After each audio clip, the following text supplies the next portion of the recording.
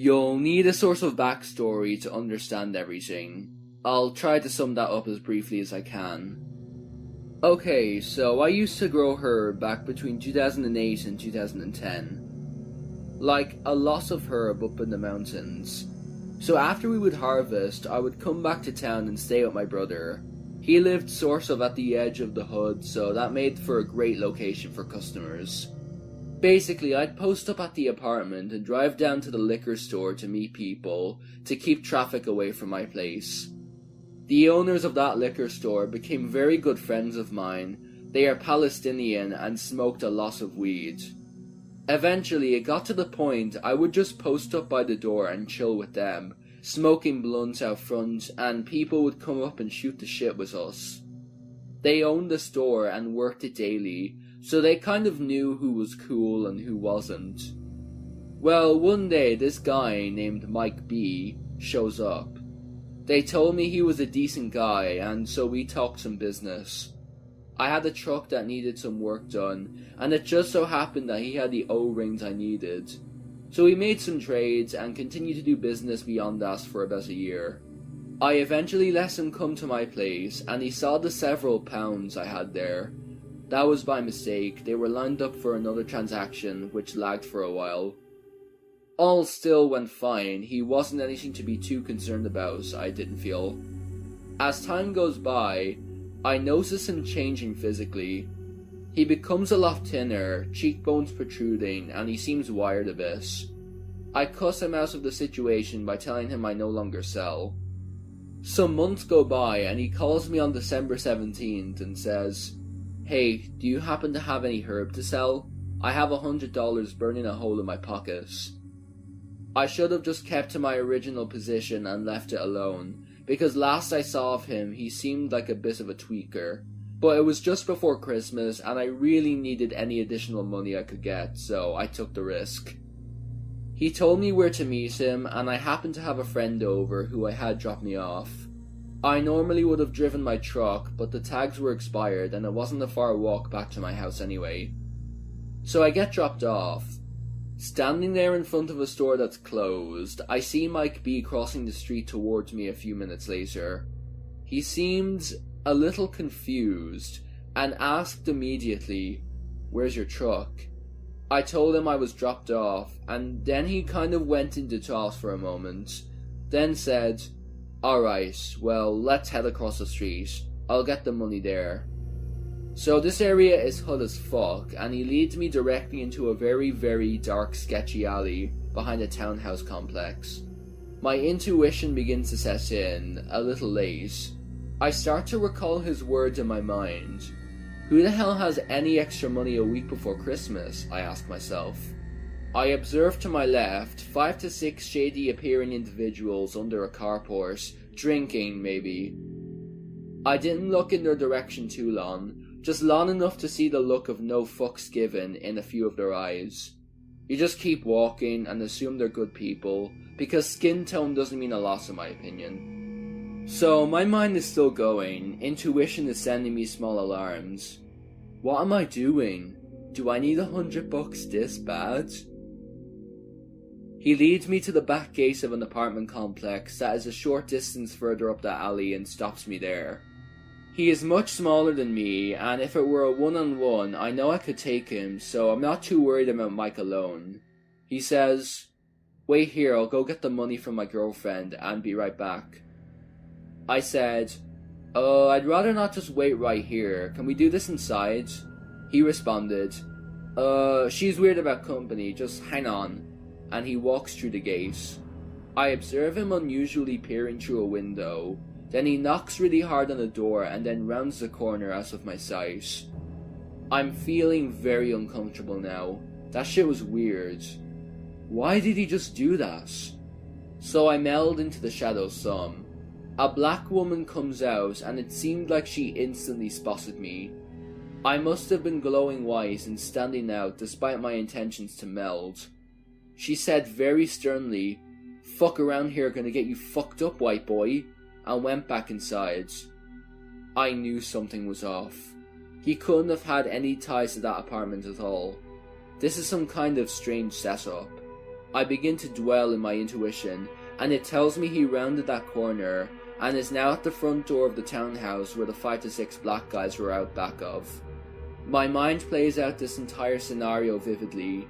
He knocks on the front door, someone lets him in, and he goes through the townhouse out to the back and informs the 5 to 6 guys that the plans have been messed up and they'll need to improvise. So I have only two options. Do I go through the narrow walkway out through the apartments I'm standing in, past the door he knocked on, and potentially run into him and others on the street right there? Or do I go back the direction I came and past the exact same spot they were standing the last I saw the group of them a few minutes ago? My intuition feels them on the street approaching the corner I last saw Mike round when he last vanished. I can almost see their red dots on the minimap of my mind. I feel them all there even though I don't see them.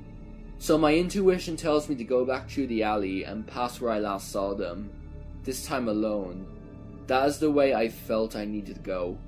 I follow my guts, and as I pass the carport where they all were, I see none of them are any longer there. So this gets my heart going. Where did they all run off to? Are they behind me? I look back. Darkness. I break into a sprint and get the hell out of there. Once I was far enough away and in the cut near his door, I texted him, "Mike, what's up?" No response. I text again and again. No answer.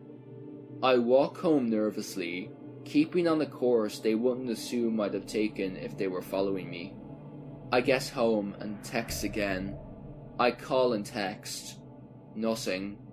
He's hitting forward on my calls on 3 rings, 1 ring, 2 rings, 1 ring. Okay, that's what's up.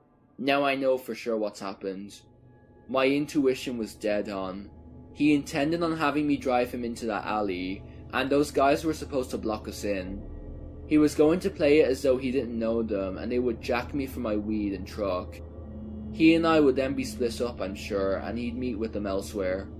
He's avoiding my calls and texts for some reason. I knew things were off, and I felt my intuition so strong that night, telling me which direction I could find safety, and I kept to it. So a few days later, I'm at the store I met him at, telling my Palestinian friends that guy's no good. They're blown away by my story. Later, the store owner asks if I want to go with him to Jay's house to burn one. I've only met Jay once, but he's this old school biker who lives around the corner. He's a good person to know, and I sensed that when I first saw him. So I agree I would go along with store owner Buddy to Jay's house. We arrived and had a smoke session at his kitchen table. Buddy turns to me and said, "Jason, Jay knows Mike B too. Tell him your story just like you told me." I know I can trust this guy Jay. He has the most honest eyes I've ever seen. Striking like blue eyes. He looks a lot like Gandalf. So I tell him how it all went down. He then says to me, "I'll tell you something I know for sure about your intuitions. You had them 100% accurate that night. Mike B had my youngest son drive him back behind the store about a month ago, where a few guys cornered them and began to beat my son through the window. It's almost the exact same setup, and you not having your truck that night clearly threw everything off from their usual routine. Crazy thing is, I was driving my truck along that very same street where I last saw Mike B, as often as I could work it into my route wherever I was heading, and one day, lo and behold, I spot him walking with a woman. He's about a quarter mile up ahead, walking on the sidewalk on my side of the road, heading towards me. I had my son with me in the passenger seat, so I couldn't do anything too irresponsible. So as I get closer, I slow it down to about 20 miles per hour. The speed limit is 40 there. I'm slightly veering to my right towards the gutter, towards Mike. At some point, he sees with his peripheral vision a vehicle approaching in a way it shouldn't be from the road towards them, so he looks up dead into my eyes. I instantly jerk the wheel to the right towards him harder. He instantly puts his head down and continues walking forwards. I veer back into my lane and drive home.